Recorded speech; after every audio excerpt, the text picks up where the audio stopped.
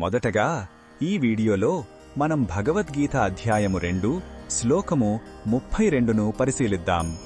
కురుక్షేత్ర సంగ్రామంలో బంధువులతో యుద్ధం చెయ్యలేనని విషాదంలో ఉన్న అర్జునుడికి శ్రీకృష్ణుడు ఒక క్షత్రియునిగా అతని ధర్మం ఏమిటో గుర్తు చేస్తున్న సందర్భమిది.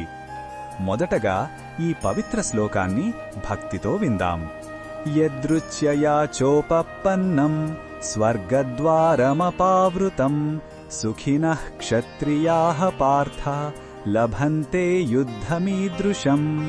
ఈ శ్లోకం అర్థమేమిటంటే, ఓ పార్థ, అదృష్టవంతులైన క్షత్రియులకు మాత్రమే వారు కోరకుండానే యాదృచ్ఛికంగా వచ్చిపడే ఇలాంటి ధర్మయుద్ధం చేసే అవకాశం లభిస్తుంది. అటువంటి అవకాశం వారి కోసం తెరిచి ఉంచిన స్వర్గద్వారం లాంటిది అని శ్రీకృష్ణుడు వివరిస్తున్నాడు. ఇక్కడ యుద్ధమంటే కేవలం హింస కాదు, ధర్మాన్ని, న్యాయాన్ని నిలబెట్టడానికి చేసే ఒక పవిత్రమైన కర్తవ్యం. అటువంటి కర్తవ్యాన్ని నిర్వర్తించే అవకాశం లభించడం ఒక వరం అని భగవానుడు వివరిస్తున్నాడు. ఇక్కడ యుద్ధమంటే కేవలం హింస కాదు, ధర్మాన్ని, న్యాయాన్ని నిలబెట్టడానికి చేసే ఒక పవిత్రమైన కర్తవ్యం.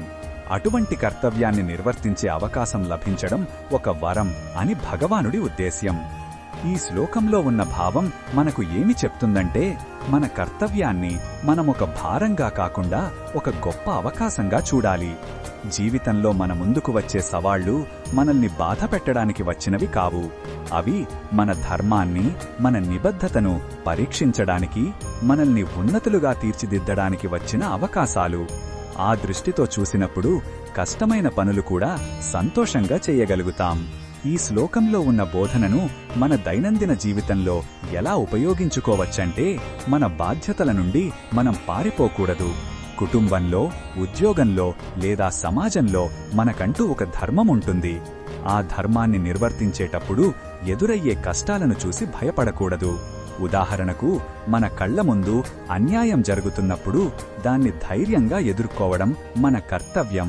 ఆ బాధ్యతను స్వీకరిస్తే అది మన ఆత్మసంతృప్తికి, వికాసానికి దారితీస్తుంది.